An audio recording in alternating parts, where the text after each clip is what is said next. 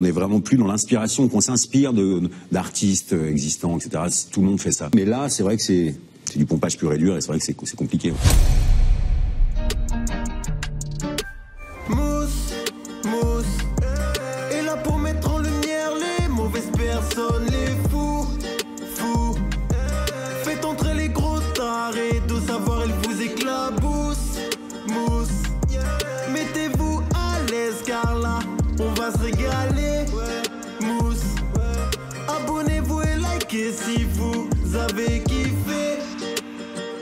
Ouais, c'est Mousse, bienvenue aujourd'hui pour une nouvelle vidéo et j'espère que tout le monde va bien. Messieurs, dames, on va parler d'une affaire qu'on m'a beaucoup demandé en privé, une affaire dont j'ai un petit peu parlé dans la dernière vidéo sur Arthur, une affaire qui a secoué le monde de l'humour il y a 7-8 ans, on va parler de l'affaire Copy Comic. Copie, inspiration ou simple coïncidence, installez-vous confortablement. On va tout décrypter. Avant de partir pour cette nouvelle vidéo, c'est le moment de soutenir la chaîne et moi-même en mettant votre plus gros pouce bleu, votre meilleur commentaire. N'oubliez pas de s'abonner et d'activer la cloche pour pas rater les prochaines vidéos. On fait de même sur la chaîne secondaire, la chaîne Laurent Delamousse, où vous avez des vidéos quasi quotidiennes sur l'actualité. On me rejoint sur Instagram, sur TikTok, sur Twitch pour pas rater les lives du dimanche soir à 21h30. Et maintenant que tout ça est fait, on va chercher à boire à manger, on se met à l'aise.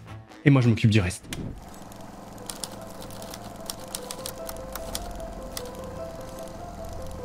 Tout commence en 2017, quand une chaîne YouTube mystérieuse, appelée Copy Comic, publie des vidéos dénonçant plusieurs humoristes français.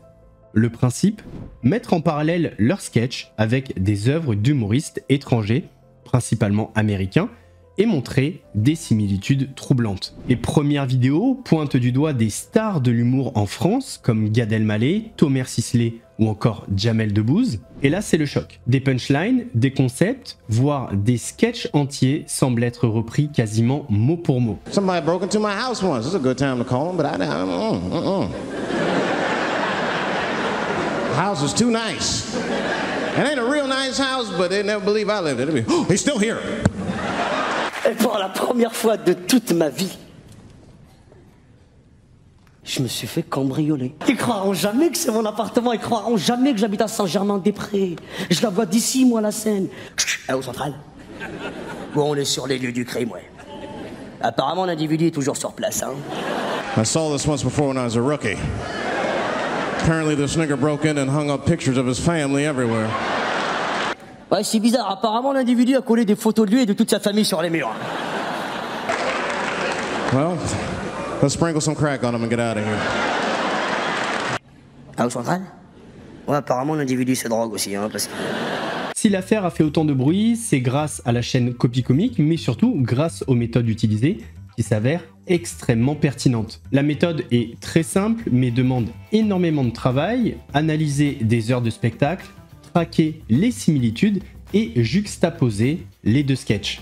C'est clair, c'est net, ça fait mal, c'est implacable. Par contre, aussi pertinent soit-il, est-ce suffisant pour parler de plagiat? Commençons par le commencement. Le plagiat, c'est quoi? Alors, plagier, c'est copier un auteur en s'attribuant abusivement des passages de son œuvre sans le citer. Le plagiat peut être involontaire, mais les conséquences restent lourdes. Le plagiat, c'est le fait de présenter le travail de quelqu'un d'autre comme étant le sien. Dans les travaux de recherche documentaire et de rédaction, reprendre les idées d'un auteur est autorisé, à condition de mentionner la source de l'idée. Le plagiat est un acte pouvant être commis de manière intentionnelle, non intentionnelle ou par inadvertance, et qui consiste à utiliser en partie ou en totalité une production ou une idée produite par une personne, pouvant être soi-même ou autrui, et ce, sans indiquer la source. On va prendre un exemple pour imager. Vous voulez vous lancer dans l'humour, mais c'est pas toujours facile d'avoir de l'inspiration. Vous regardez donc d'anciens sketchs d'humoristes américains. Dans un de ces sketchs, un humoriste raconte une histoire qui lui est arrivée, à lui, et cette histoire vous fait mourir de rire. Vous traduisez le sketch, vous le reprenez à votre sauce en changeant quelques mots, vous montez sur scène, et vous faites le fameux sketch. On est d'accord que cette histoire ne vous est jamais arrivée,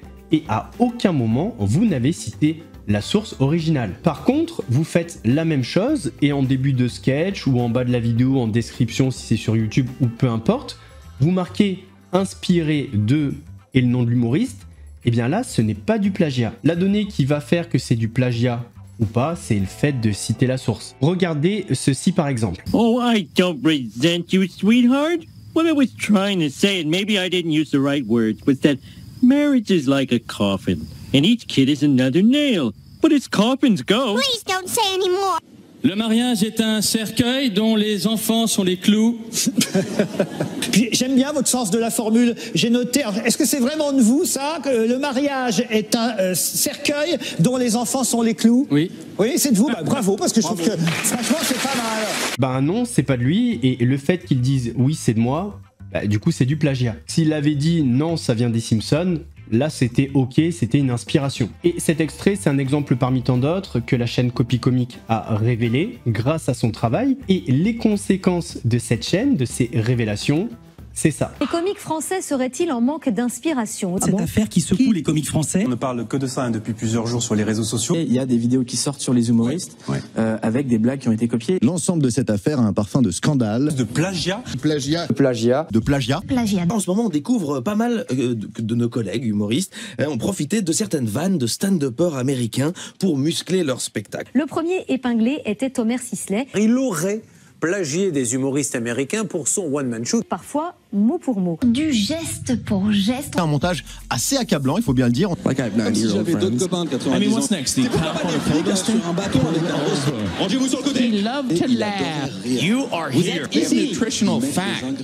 La démonstration qu'on vient de voir, elle est quand même sans appel. Cette polémique, elle pose question. Les deux vidéos, elles font 16 minutes, donc on est loin du hasard ou de la coïncidence. Moi, personnellement, je trouve ça tout bonnement honteux parce que c'est tout simplement du plagiat. Je pense que c'est le plus grand crime dans notre métier, c'est de plagier, de prendre des blagues de quelqu'un d'autre et les faire. On n'est vraiment plus dans l'inspiration, qu'on s'inspire d'artistes existants, etc. Tout le monde fait ça. Mais là, c'est vrai que c'est du pompage pur et dur, et c'est vrai que c'est compliqué. Et oui, vous allez voir que c'est extrêmement compliqué, notamment parce qu'on va s'appuyer sur des extraits qui ont été trouvés grâce au travail de Copy Comic. Et en voyant ces extraits, vous allez vous rendre compte qu'on parle de très gros humoristes français. Thomas N'Gijol, Michael Youn, Gad Elmaleh, Jamel Debbouze, Malik Bentala ou encore Thomas Sisley. Alors il y a tellement d'extraits qu'on pourrait faire une vidéo d'1 heure, mais je vais essayer de synthétiser et de vous proposer les meilleurs extraits par humoriste. On va commencer par Thomas N'Gijol. You be mad because your mother hit you, you be standing there wishing hateful shit on your mother. Ever do that? Be in the bedroom going, God, please kill her.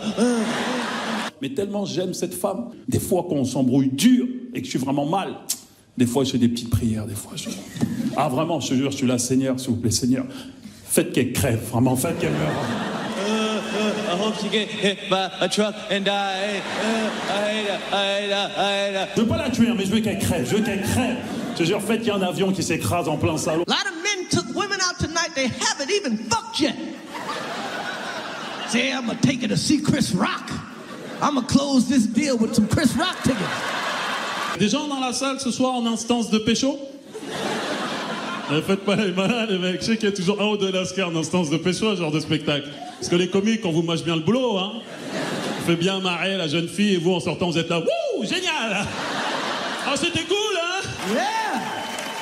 Yeah, 10% of that pussy is mine. Save me a lick or something, okay? Bon, tu me fais un petit bibi maintenant, hein? On devrait vous réclamer 50%, bande d'enfoirés. Un sein pour toi, l'autre pour Thomas. Alors je vais vous mettre d'autres extraits. D'ailleurs, dites-moi si, pour vous, on est plutôt sur de la coïncidence, du plagiat, de l'inspiration. De toute façon, il n'y a pas d'inspiration ou de plagiat, puisqu'à aucun moment la source a été citée. Donc c'est soit une coïncidence, soit du plagiat. Et déjà, le thème abordé par Chris Rock, c'est pas un thème ultra commun. Et on a l'impression que N'Gijol a changé certaines choses. Le 10% est passé à 50%. Et la léchouille est devenue un sein pour toi, un sein pour moi. Black women get pissed off at some interracial dating, boy. Especially if they see like a white girl with a famous black man. Ooh, they get fucking mad. They see like a white girl with Denzel Washington, they fucking start shaking, dude. They ready to punch that white girl in the face. What the fuck you doing with Denzel? Ah putain, non mais c'est vrai, il faut se caser les gars. C'est pas évident, j'avoue, hein. Surtout en matière de couple mixte. Moi, demain, je vais sortir avec une belle blonde. Je vais croiser des cousines noires dans la rue. Elles vont être là. Sale traite! Oh, okay. Where my single people at? Single people, make some noise. Yeah, all right. Just loud and lonely. Loud and about to go home, cry herself to sleep tonight. Girl, it was like 4,000 women at the comedy show, and it was like 2 dudes, but one was working the camera, and the other one was doing security, and I think the other one like Asian women, and I bought this new dress for nothing. Check your MySpace, hopefully somebody thought about you. I ain't got no comments. Maybe I need braces or shave my navel or something. This is ridiculous. It sucks being single. You ever accidentally left your phone at home? You been gone all day long, get back home, and you ain't got no missed calls? Like, I need to join a church or something, do some volunteer work, be a stripper, join a gang. This is ridiculous. Il y a des femmes seules ce soir dans la salle? Oui. Il y en a deux? Oui, oui. J'ai cru que c'était un jeu TF1, je vais faire... Et voilà des hommes, voilà. Eh non, non, c'est pas ça la vie, ma grande, attention. Je vois beaucoup de visages. Et je peux vous dire que je lis beaucoup de détresse dans certains regards. Ah, il y a des filles, j'ai du genre, fais-moi rire, Thomas, ma vie, c'est de la merde. C'est très bien qu'il y a des filles rentrant chez elles ce soir, c'est Facebook. Hein. Facebook, aucun message. Allez au lit, Julie. Hein. Ta vie est nulle. Thomas N'Gijol avait répondu à cette polémique, un petit peu comme dans un clash de Booba. Encore une fois, il s'est inspiré. Pour l'extrait numéro 1 d'Eddie Murphy, il avait dit « Aucun rapport, Eddie Murphy parle de son enfance, de sa maman. Moi, je parle de ma femme et visiblement, tu n'as jamais été amoureux car tu saurais ce qu'on peut ressentir ou penser quand on s'embrouille avec la personne qu'on aime. Petit puceau. » On dirait qu'il a écrit la punchline du siècle alors que justement, tu peux t'inspirer de quelque chose que tu as entendu, le transformer à ta sauce et l'adapter à une autre situation. C'est pas impossible. Par rapport à la vanne où Chris Rock dit 10% du minou me revient et où N'Gijol parle de 50% un sein pour toi, un sein pour moi, il explique que ce spectacle il le joue depuis 2006 au théâtre de 10 heures et que même si le spectacle de Chris Rock est sorti en 2009, il n'allait pas sur YouTube. Le truc qu'on sait pas et qu'on saura jamais, c'est si sur son spectacle à bloc en 2006, il jouait déjà ce sketch. Ça, on le sait pas, il n'y a pas de vidéo, etc. Pour l'extrait numéro 8, il se justifie pas vraiment. Il dit juste qu'il ne sait pas ce que c'est d'être noir, donc qu'il se la ferme, grosso modo. Et pour le dernier extrait que je vous ai montré sur Ron G, il dit « Écoute ton Ron G, je sais pas qui c'est. Le seul G que je connais, c'est Warren G ou G-Unit au Mac. Alors fous-moi la paix avec tes comiques de niche. Base-toi au moins sur l'élite influente. » Bon, là, il n'y a aucun argument, si ce n'est une attaque envers Ron G et une attaque envers Copy Comic. Deuxième gros humoriste épinglé, Jamel Debbouze. Somebody broke into my house once. It's a good time to call him, but the house is too nice. It ain't a real nice house, but they never believe I lived it. Oh, he's still here. Et pour la première fois de toute ma vie, je me suis fait cambrioler. Ils croiront jamais que c'est mon appartement, ils croiront jamais que j'habite à Saint-Germain-des-Prés. Je la vois d'ici, moi, la scène. Au central. Où on est sur les lieux du crime, ouais. Apparemment, l'individu est toujours sur place, hein. I saw this once before when I was a rookie. Apparently this nigger broke in and hung up pictures of his family everywhere. Ouais, c'est bizarre. Apparemment, l'individu a collé des photos de lui et de toute sa famille sur les murs.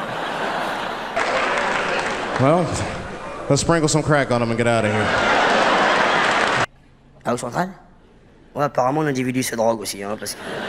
À l'instar de Thomas N'Gijol, Jamel aussi a tenté de se défendre. Moi, le premier, je t'ai interloqué parce que j'ai dû le faire sans m'en rendre compte. On l'a reproché à Molière, donc c'est presque flatteur. C'est presque flatteur. Bon, après, Jamel, c'était pas l'humoriste le plus ciblé par la chaîne Copy Comic. On va monter crescendo avec le prochain, Michael Youn. Mon mec, un jour, il est arrivé chez mes parents, il a dit « Monsieur, je suis venu vous demander le vagin de votre fille. » Mon père, il a dit « Vous voulez dire la main ?» Il a dit « Bah non, si c'est pour faire ça à la main, j'ai la mienne. »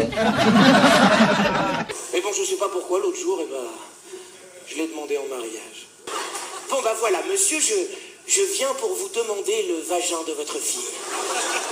Non, pas la main. Bah, si c'est pour le faire avec la main, je peux le faire tout seul. Bon, sur ce coup-là, je vais un peu me mouiller. Il n'y a pas un monde où c'est une coïncidence. Pas un. Alors, le sujet, déjà, il a été très peu traité par des humoristes. En tout cas, moi, je ne l'ai jamais entendu. Mais alors, le mot pour mot derrière, aucune place au doute. Alors, c'est un enfant qui est surpris par sa mère dans la douche en train de se masturber, si vous voulez. Et alors, sa mère lui dit, qu'est-ce que tu fais? Et il dit, je me lave. Il dit, mais enfin, tu te fous de ma gueule? Oh, bah il dit alors si on peut plus se laver la bite à la vitesse qu'on veut, hein.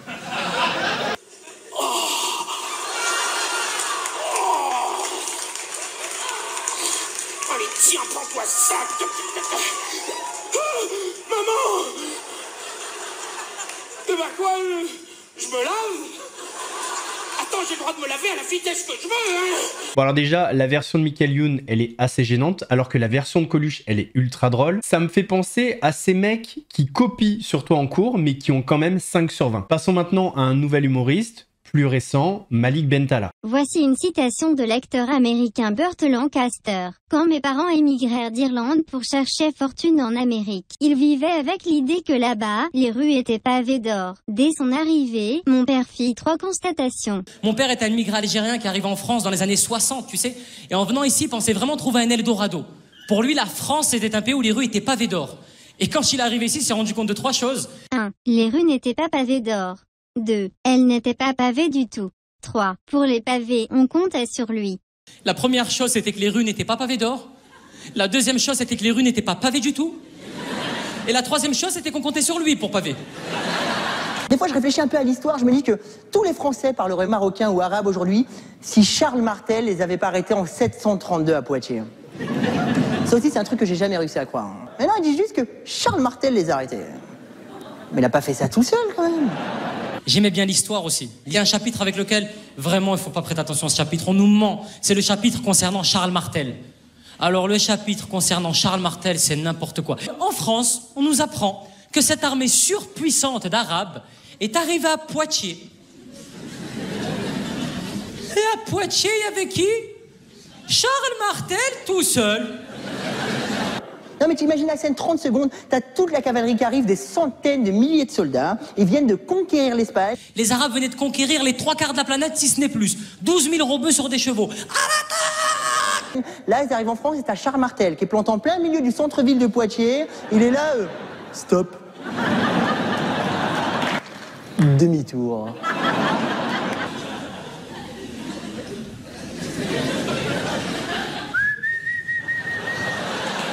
Demi-tour, les bognoules. À moins qu'il faisait du karaté, il y a des limites, quoi.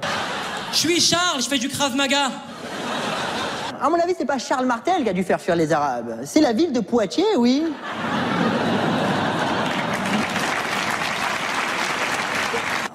Les bars ferment à 11h. On se fait recaler en boîte.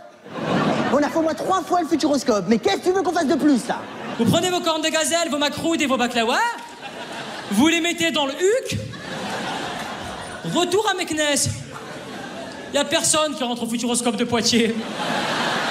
Concernant Malik Bentala, la vidéo fait 15 minutes. Il y a beaucoup de sketchs quand même qui sont assez parlants, on va pas se mentir. Et il y a aussi des sketchs de Malik Bentala qui seraient inspirés de films, comme par exemple Scary Movie. Je vous mettrai le lien de la chaîne Copy Comic en description, comme ça vous pourrez aller voir tous les extraits sur tous les humoristes dont je vais parler dans la vidéo. Et c'est compliqué, vous savez, aujourd'hui quand on écrit, on vient d'une génération, tout à l'heure avec le Big Deal, on l'a montré, mais on vient tous de la même génération, on a grandi avec les mêmes émissions de télé, on a grandi avec les mêmes inspirations, les mêmes références, et parfois oui, il peut y avoir des sujets qui se chevauchent. Oui, c'est compliqué, mais quand ça tourne sur les réseaux sociaux à l'acharnement et tout, parfois c'est compliqué. Voilà, maintenant je vous cache pas que parfois quand j'écris des sketchs, je me dis mais qu'est-ce que j'en sais moi que ça n'a pas été fait en Finlande, ça en 84. C'est-à-dire que j'écris des trucs, je me dis mais j'en sais comment je fais pour savoir. Je vais faire des sketchs sur les trottinettes, faire des sketchs sur les trucs, mais bon, tout le monde peut faire un sketch sur ça, donc bon. Et quand bien même, est-ce qu'on peut résumer 10 ans de carrière à 10 vannes qui ressembleraient à d'autres? Non, bien sûr, bien sûr. C'est compliqué. Sur ce point-là, je suis assez d'accord avec Malik Bentala. On peut pas résumer une carrière, 10 ans de carrière à 10 vannes. Maintenant, si dans les 10 vannes, c'est celles qui t'ont propulsé au devant de la scène, ça se discute. Ensuite, là où je lui donne raison, c'est que quand t'écris un sketch, effectivement, il y a peut-être un mec qui a eu la même idée que toi, qui a vécu la même chose et qui a fait la même vanne. Maintenant, il y a quand même très très peu de chances que tu écrives ça dans les mêmes termes et en utilisant les mêmes mots.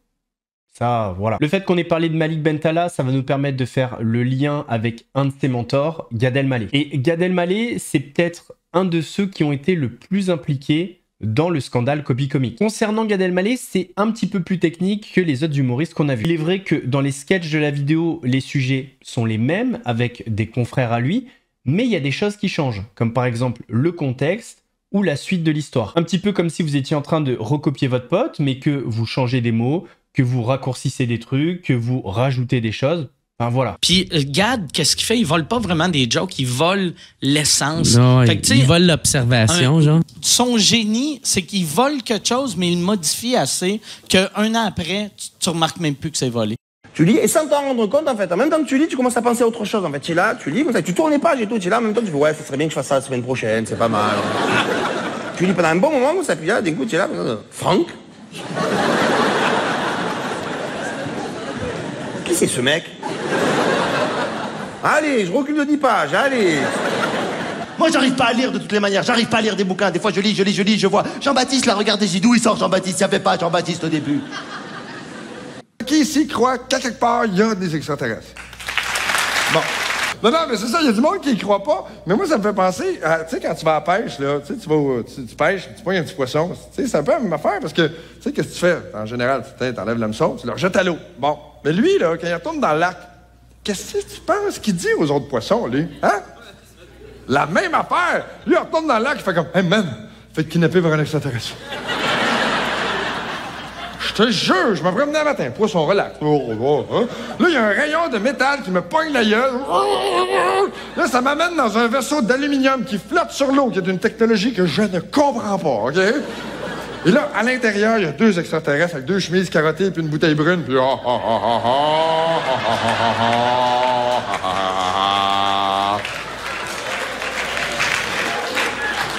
Puis là, ils ont fait des tests sur moi, puis ils m'ont rejeté à l'eau. T'as-tu des preuves? Ben oui, check!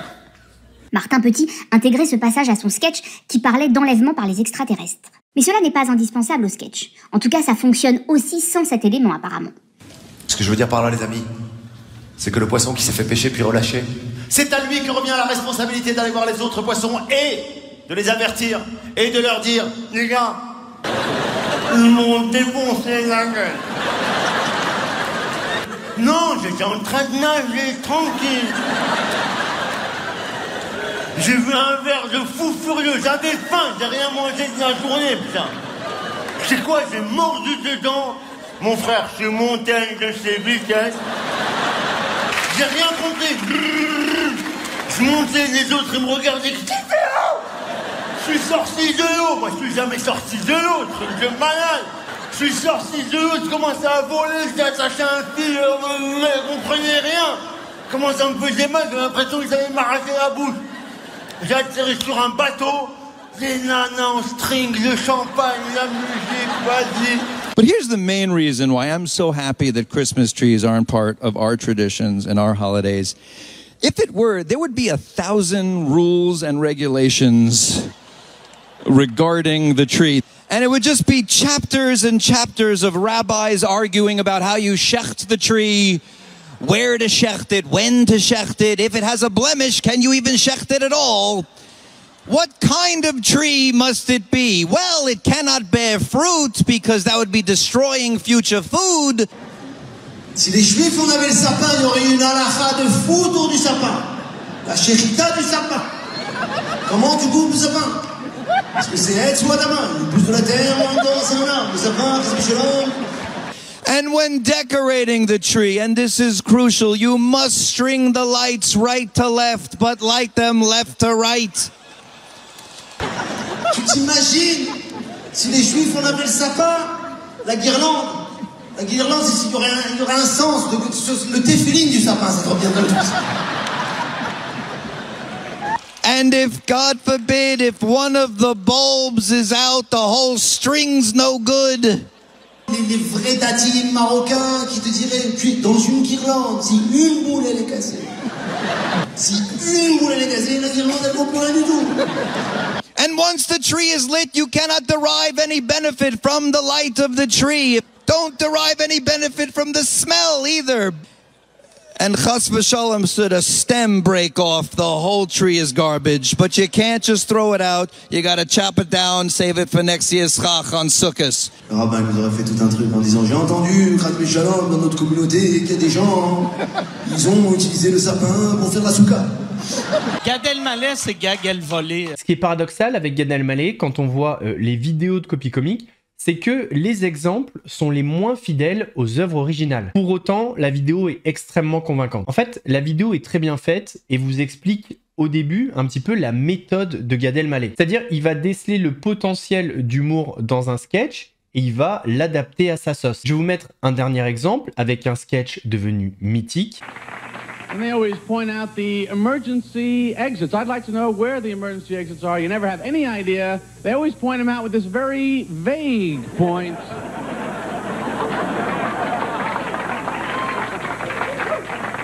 Cette hôtesse de l'air, elle te fait des gestes, donc... flous. Tu sais les gestes, mesures de sécurité, en cas de problème. Where are these places? What is it? Just run as fast as you can. Just I'm getting out before you're getting out. Cas de problème. Elle-même, elle sait pas de quoi il s'agit, tu sais, genre. Quel problème, toi, tu vas galérer, toi aussi, moi aussi. You're dead, I'm gone. Peut-être tu vas mourir, l'autre aussi, moi je vais rester, je sais pas. You think you'll remember that when the plane is at a 90-degree angle and your hair is on fire? You'll be running through that cabin. I think she said this way. Which was it? It was that way. It had to be this way. She was a Southport. Does anybody remember my hair is on fire? Ça veut dire quoi ces gestes? Tu te vois en plein crash aérien dire s'il vous plaît, c'est quoi les trucs comme ça? Il faut faire quelque chose. Je trouve que c'est un des meilleurs exemples concernant la méthode Gad Elmaleh. C'est celui qui a le moins bien vécu cette affaire parce que c'est celui qui a été le plus accusé, mais il a quand même tenté de se défendre. Est-ce que vous avez déjà mis un truc dans le micro-ondes, vous l'avez fait chauffer, au bout de 4 minutes vous le ressortez, le plat est brûlant et l'intérieur est froid. Oui. C'est pas une invention. Hein. Oui. Franchement, c'est... Il y a des auditeurs qui nous écoutent et qui l'ont déjà vécu. Peut-être même ce matin. Oui. Donc ça, c'est un point de départ pour écrire un petit sketch. Dans notre entourage proche, entre cet humoriste dont je vous parle, il y a à peu près, on a compté 14 ou 15 humoristes entre des Français, des Anglais, qui avaient la même des observation. Écossais. C'est une observation. Donc la même vanne. C'est pas la même vanne. C'est une observation qui n'appartient à personne. Un point de départ, vous voulez dire? C'est un point de départ. Et après, libre à toi de dire ce que tu veux là-dessus. Gad Elmaleh avait fait supprimer des vidéos de la chaîne Copy Comique pour droit d'auteur, ce qui est quand même assez culotté, parce que justement c'est ce qui lui est reproché, le vol de droit d'auteur. Il avait ensuite lancé ses avocats pour avoir l'identité de celui qui a créé la chaîne Copy Comique. Ce qui le rendait fou, c'est que la personne derrière cette chaîne soit dans l'anonymat le plus total. C'est très bizarre en fait, c'est un sentiment très très bizarre. Eux, ils savent à qui ils s'adressent et ils s'attaquent. Puisqu'encore une fois, jamais il ne s'est agi simplement de dénoncer comme ça. Non, non. Mais bon, moi, je sais pas d'où ça vient. Donc c'est difficile aussi. Si tu veux, même moi, j'ai des limites là-dedans. Je peux pas commencer à dire des choses et à me livrer à qui, en fait? À qui? À qui je me livre? À qui je dis oui, t'as raison, oui, j'ai fait, j'ai pas fait? Si tu viens vers moi à visage découvert et qu'on se parle comme ça, je vais te dire, je vais t'expliquer. Et puis franchement, pardonnez-moi, mais en France, la délation anonyme, ça me donne un peu un sentiment pas génial. La nausée. C'est pas génial. Moi, ça me met un peu la nausée. La délation anonyme, quel que soit le chef d'accusé, le grief, ça va pas. Moi, ça va pas. Je m'arrête là, quoi. On va terminer avec un dernier humoriste, sûrement l'humoriste que j'aime le moins parmi ceux que j'ai cités. On va parler de Thomer Sisley. Alors, Thomer, c'est pas le plus fin dans l'inspiration. You know, she'll call me up, she'll be like, Nicholas, it's your grandmother. Like I have 90-year-old friends, you know, like... C'est mon grand-père, à chaque fois qu'il m'appelle au téléphone, il me fait « Allô, Thomer, c'est ton grand-père au téléphone !» Comme si j'avais d'autres copains de 90 ans qui me passaient des coups de fil de temps en temps. Next time you walk by a car that's getting a ticket, act like it's your car. They're not going to think twice about it. Just walk over and go, that's my car, don't give it a ticket, you piece of Ouais, un autre truc que j'adore faire, c'est quand je vois des flics mettre un PV de stationnement à une bagnole, j'aime bien faire comme si c'était ma bagnole. Non, non, non, monsieur l'agent, non, s'il vous plaît. Non, s'il vous plaît, vous allez pas me mettre un PV, j'allais juste rester 2 minutes, là. Putain, vous êtes vraiment des connards, hein. Oh yeah, you can tow it. I dare you to tow it. You couldn't even get it towed. Don't act like you have the power to tow my car. Ah ouais, tu peux l'embarquer à la fourrière? Eh ben, vas-y. So So I saw something funny the other day. I saw a cop on a bike. You've seen this, I'm sure. Cop, on a bike. Je me suis fait arrêter par des flics là, il n'y a pas très longtemps. J'ai pris un PV et tout parce que je me suis foutu de leur gueule. C'était des flics en patin à roulettes. Aren't we getting a little too recreational here? I mean, what's next? The cop on a pogo stick? Right? It would be like, pull over. Pull over. J'arrive pas à les prendre au sérieux, ces flics. C'est des flics en patin à roulettes, quoi. C'est pourquoi pas des flics sur un bâton avec un ressort en bas. Rangez-vous sur le côté. Don't make me call the jump rope squad.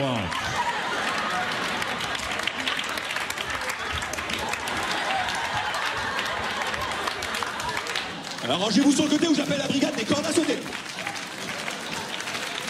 Cette affaire Copy Comic a été une bombe pour le grand public. Pourtant, dans le milieu de l'humour, c'était connu. Après, chez les humoristes, c'est un secret de polichinelle depuis des années. Hein. Mais vous voulez dire que ça se faisait bien avant d'aller chercher les Non, États-Unis. les gens étaient au courant, mais dans le milieu. Mais, après, mais ça se disait pas, quoi. Ouais, voilà, tu vas pas balancer un tel ou un tel. Ouais, on balance pas un confrère. C'est pas ça, on est corpo, mine de rien. Il y a une chose qu'il faut se dire, c'est que là, on a la chance d'avoir la vidéo du sketch original et la vidéo de l'humoriste qui l'a repris. Donc, on peut faire cette comparaison et on peut savoir qui a fait la vanne en premier. Mais ce qu'il faut se dire, c'est qu'il y a plein de petits humoristes qui commençaient dans le milieu, qui se sont fait piquer leur vanne sur des scènes ouvertes, par exemple, et eux, ils ont rien pu faire. Et ça aussi, c'est quelque chose de connu dans le milieu de l'humour. On n'a jamais su vraiment qui était derrière la chaîne YouTube Copy Comic. Mais certaines personnes ont avancé des noms. On a entendu Kairon, un humoriste qui apparaît dans les vidéos Copy Comic, mais comme œuvre originale, celui-ci aurait été copié par Malik Bentala. Kairon qui d'ailleurs a joué la transparence et a avoué collaborer avec la personne derrière le compte Copy Comic. Et on a entendu aussi Baptiste Le Caplin. En tout cas, ça reste que des hypothèses. À l'heure où je vous parle encore aujourd'hui en 2025, on ne sait pas qui c'est. La seule chose qu'on sait, c'est qu'apparemment une cinquantaine d'humoristes travaillaient avec la personne derrière le compte Copy Comic et c'est ces humoristes qui soutenaient la cause et qui lui donnaient des informations. On a une interview de l'avocat de la personne derrière la chaîne YouTube. C'est quelqu'un qui connaît très bien le milieu, pas forcément du stand-up ou du one-man show, mais de la culture, du spectacle vivant, de la culture. Et on arrive donc à la fin de cette affaire Copy Comic. Cette affaire qui a bouleversé un petit peu le paysage de l'humour français. N'hésitez pas à me dire en commentaire ce que vous pensez des différentes personnes que je vous ai présentées, des différents humoristes. Est-ce que d'après vous c'est une coïncidence? Est-ce que c'est du plagiat? L'espace commentaire est à vous. Alors il faut savoir que sur YouTube aussi, on a des affaires comme ça. Des personnes qui ont pris des vidéos américaines, qui les ont traduites sans citer la source, en reprenant parfois mot pour mot les mêmes images, etc. Il n'y a pas que le milieu de l'humour qui est touché par ce vol de propriété intellectuelle. D'ailleurs, si vous voulez une grosse vidéo sur les cas les plus connus de plagiat recensés sur YouTube, n'hésitez pas à me le dire en commentaire. En tout cas, j'espère que la vidéo vous a plu. Si c'est le cas, votre plus gros pouce bleu, votre meilleur commentaire. N'oubliez pas de s'abonner et d'activer la cloche pour ne pas rater les prochaines vidéos. On fait même sur la chaîne secondaire, la chaîne Laurent Delamousse. On me rejoint sur Insta, TikTok, sur Twitch pour ne pas rater les lives du dimanche soir à 21h30. Nous, on se donne rendez-vous pour une nouvelle vidéo. En attendant, prenez soin de vous. Mousse vous salue. Feel like I live in the end zone. I'm the one leading the drives. The crew riding round in a benzo. Red carpets when we arrive. I'll be in charge of my own fate. Left the excuses behind. Now I'm the illest violinist.